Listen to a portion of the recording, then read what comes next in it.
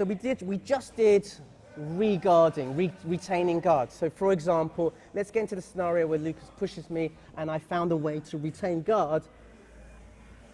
I want to take advantage of this position. So remember, I always want to get my feet inside and I want to take control of the grips, not let him take control of the grips. So when I have grips, I then get rid of them one by one here, and now I'm in control. And I like to keep my feet on the biceps, or at least one of them on my biceps, okay? Generally, with more experienced people, they stand up from this kind of grip because you've got more leverage with which to get rid of my foot. So you have to be aware of that, okay? I could talk a lot more about spider guard, but for now, I just want to show you the finish because people get excited by the finishes and they ignore all the bits. So I'm going to ignore this and save it for Spider Guard month or whenever Sandy does that. Anyway, so what we're doing here is we're keeping one foot on the bicep. We put one foot on the ground. We use this as our launch pad. And I'm going to add more detail to Monday. When we bring him over, I'm not just bringing him over my head. I'm bringing him over there. It's important you do that. Why? Well, if I did it in a neutral tramway type fashion here, I'm very square on and I'm actually not able to take full advantage of this position, and I'm very squished up here and then I have to like this. You see, it's just not great. Okay. took advantage of me there, Lucas, with your new show-your-roll gi. Okay, so we're here, foot on the ground. This time I'm going to direct his attention slightly more over there, here. All right? This brings this into play, which is nice, but it allows me to nicely bring that foot here. Can you see what I'm doing? I'm almost side onto him, or definitely at an angle, so just stay where you are. The previous version, I was here, but by the simple action of where I'm directing him, I end up here. This allows entry to the single leg X, which is much nicer. Okay, so what we'll do is we'll just do that as our opening. Okay, we're going to start off with one foot on the spider. If he's gripping, get rid of it. One foot, and I want you to focus on where you're directing your energy to. Wherever the foot is, that's the direction you want to go. Here, we're capturing foot on the pelvis. This one underneath, raise that hips up, and we want to clamp the leg in nice and tight. Even if you're not a guard player, you'll inevitably end up on the bottom. And I think single leg X gives you the most versatility to get into and the most versatility with which to attack from. And one of the attacks is, of course, footlocks. And if we come to the leg lock class, almost everything stems from single leg X. It's like your base model, and then everything comes, all the weird inside, outside, ashi, and all that sort of stuff. So we'll keep it simple, keep it gi legal, and keep it relevant to white belt, blue belt, purple belt, because there's a limited amount of footlock you can do from there. Abra Mihai, this one. I'm going to get into single leg X and I'm going to sweep, but you don't have to do the sweep just to save time. We can start from single leg X on the floor. Okay, so we're here, here, here, here, here, up, trap, grab, my knees go out there. I don't push him backwards, I go there. That's the direct. See, I'm twisting. Twisting, he falls. Now this is the crucial point that we're going to start from here. So if you come back a bit, that's it. That's fine. So my legs are still in what they call single leg X or ashi garami. If you two come over here, you can see really carefully.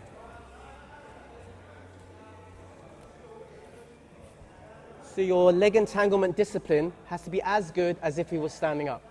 Because remember when I said you've got to hook your leg in when you're standing up? For an obvious reason, he can get out. The same thing can be here. Look, I'm really relaxed. Just take your leg out. You didn't even have to push my leg. You could just butt shuffle backwards. See? We have to be tight here. And it takes no energy. All it needs to be, maybe because I cycle a lot, but you know, you just lock your leg in.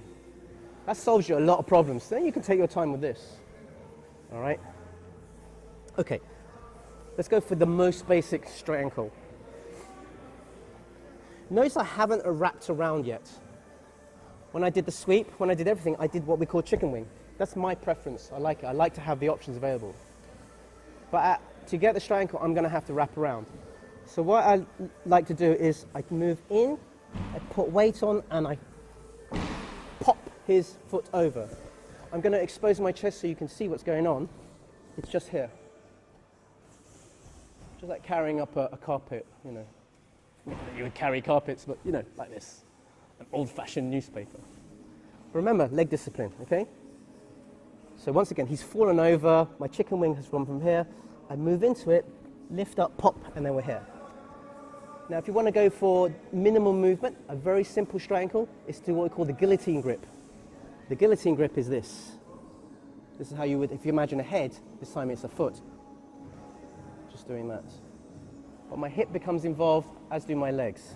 So we're in this position here. Strong legs. So as you raise, you can already feel it, can't you? You can already feel it. As you raise your bony bit of the wrist here, I'm hiding my elbow as well. I'm looking away, and then my hips and my legs push forward. I puff my chest and everything. So we're here, and I do everything at once. And if you do it like that, it's painful. It's a pain technique. They call it a joint lock, but I'm not really locking the joint. Although his foot should be like this. But the pain will come from the pressure of this.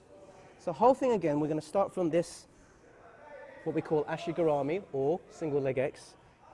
Leg entanglement discipline, please, guys. Don't be strong.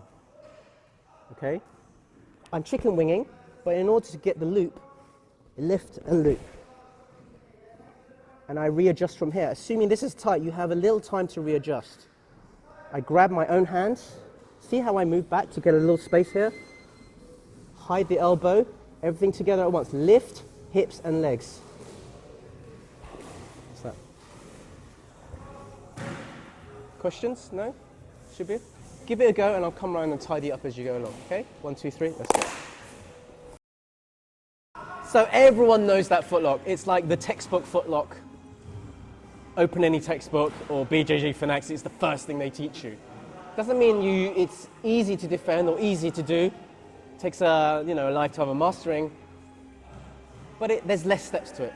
So I'm going to add bits to it that makes it more expressive, shall we speak. Lucas.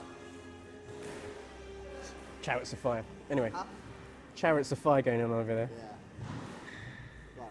So, yes, I need your foot, so. Okay, so, now, even if I've got as far as here, you can't expect him to just lie there. He's going to defend himself. And one of the most common ones, if let's say this one is not available, is to step over, split my legs apart, push this down, and then, this is nothing. So now, it's so common that whenever I get into this position, a single leg X sweep, I give up this position. I don't want it. It's too weak. I step over, and I go here. What we call outside ashi. There's variations of this. Sometimes it's here, just double feet here. This is good, by the way. But I've started doing this now. Triangling my legs here and pushing it in. Because even if he were to step over massively, there's nothing there really. And we'll talk about rolling in a minute, but there's nothing there. Whereas here, that's attainable. That's attainable for him. Whereas here, a variation of this, and I'm not expecting you to do this, is to tuck this here for even more security on the leg. Again, this is all legal at white belt. So, it's worth your while investing in time looking at this. So, this is nice. Sorry, here. If you have the space and time, here. Like a little hook underneath here. What this gives me is more extension. And he's never going to split these legs open. And I can do the same thing again. He's already feeling it, see? Reaching underneath, keeping it tight, looking away, puffing my chest out. And that's it. Totally legal, nice straight ankle lock. So once again, we're going to start from straight single leg X. You're worried about this being a vulnerability here. So what we're going to do is I'm going to guard against this, step over, replace it, triangle in. Trap the knee because this tends to be the weak spot of mobility. Loop to not get it in, and as I go back, I'm also going to feed this in. Everything is tight now. There's no way he's getting out of this. And then we finish by puffing everything out. Now, if he was to roll, do it very slowly. If he was to roll onto his front, I follow him, and I can finish at any stage by this action here. Was that a moan or a tap? No, that's fine. That's fine. Okay, so here. This is and you carry on. This is about as far as it's going to get, really, isn't it? You're not going to roll anymore. And then we've got what we call technically it's a belly down ankle lock here. Because this, he can never get this out. Your thing was really tight, so even as I spun, I felt a bit awkward as I Yes. your legs were really tight. Which is why a good habit for defenders is never spiral roll and spin out of footlocks, unless you really know what you're doing. If you're doing it out of instinct and you don't know what you're doing, chances are I reckon that would have hurt. I'm not going to spin with you. So I'm going to loosen it, but if he spins and his leg is still in place, something's going to give. It's going to be keep twisting. So a good habit, or rather don't get into the habit of going, ah, and spin out of footlocks, because one day it will catch you. The person is not going to be kind, he's going to keep on, and your foot will stay there, but your body will keep moving. Do you know what I mean? Anyway, I've waffled enough. Did that make sense, that technique? So the leg position is from single leg X, step over, triangle first, and then try that. And when you do that, that gives you a nice chance for more extension. Okay? 1, 2, 3. The old school thinking is leg locks are bad because they discourage you guys from trying to pass the guard. And I guess there's some truth to that. But if you have both guard passing and leg locks, you've got the best of both worlds, right? So you might as well learn them equally, as far as I'm concerned. I just want to go over what else you can do from there. You won't drill it, but I'll give you a bonus technique to do, which has nothing to do with that. Sorry, Brian, me, hi, actually. So we've done the single leg X here. I've transitioned to another style thing. And from here, sometimes this is a bit fiddly. You can't do this, so I just go to 50-50, and then we can start attacking from here. All right, even with this hook here, the single leg X, outside ashi, inside hook, post it over, 50-50. There's lots of things you can do from here. You can also do straight ankle. You can also do reverse, which is probably the most powerful ankle lock for another day. Let me show you something else you can do right now for a couple of goes before sparring. Standing up this time. Spin this way. It's back to spider guard. This time, no foot on the floor. We are going to push here. Release. Omoplata. As he goes to the ground, he resists. Okay, so he resists by sitting up and leaning into me, which can crush my omoplata. All right, so what we need to do is, and he uses his hand to grab onto this hand here. So yeah, this kind of kills the omoplata. So I'm going to grab the hand. Remember our kicking thing? We kick to release. We push here, unrelease, underneath, and then I'm going to use very carefully because it's going to really pop a shoulder. Push to the ground, and then you just yell tap because you can't. Yeah, yeah. So you can see what's happening with the arm here.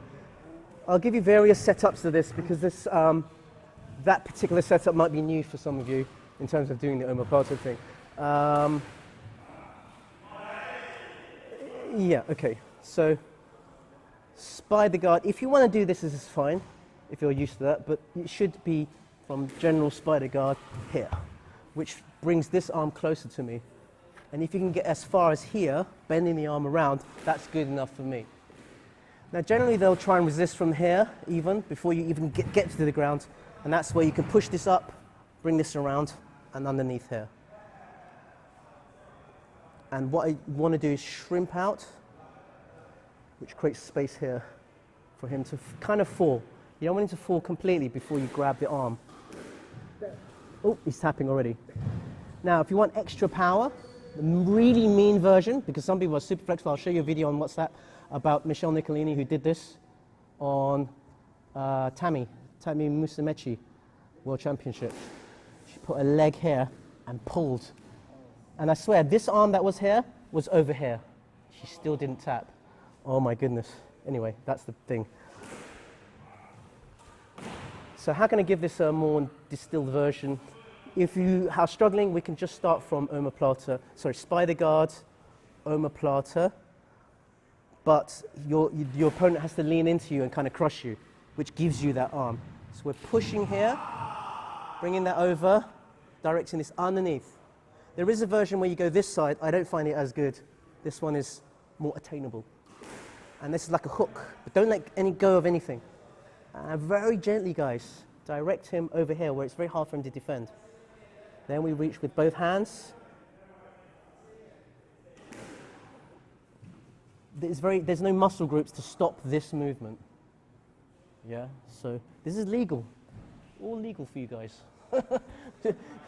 Jiu-Jitsu was meant to be safe and fun, and they're meant to be a progression of techniques that would allow you to learn. I swear, someone could tap you with this in a white belt, you know? All it is just like a kimura. Have a go, it's just a bonus technique. Please don't obsess about it, all right? Okay, 1, 2, 3, let's go.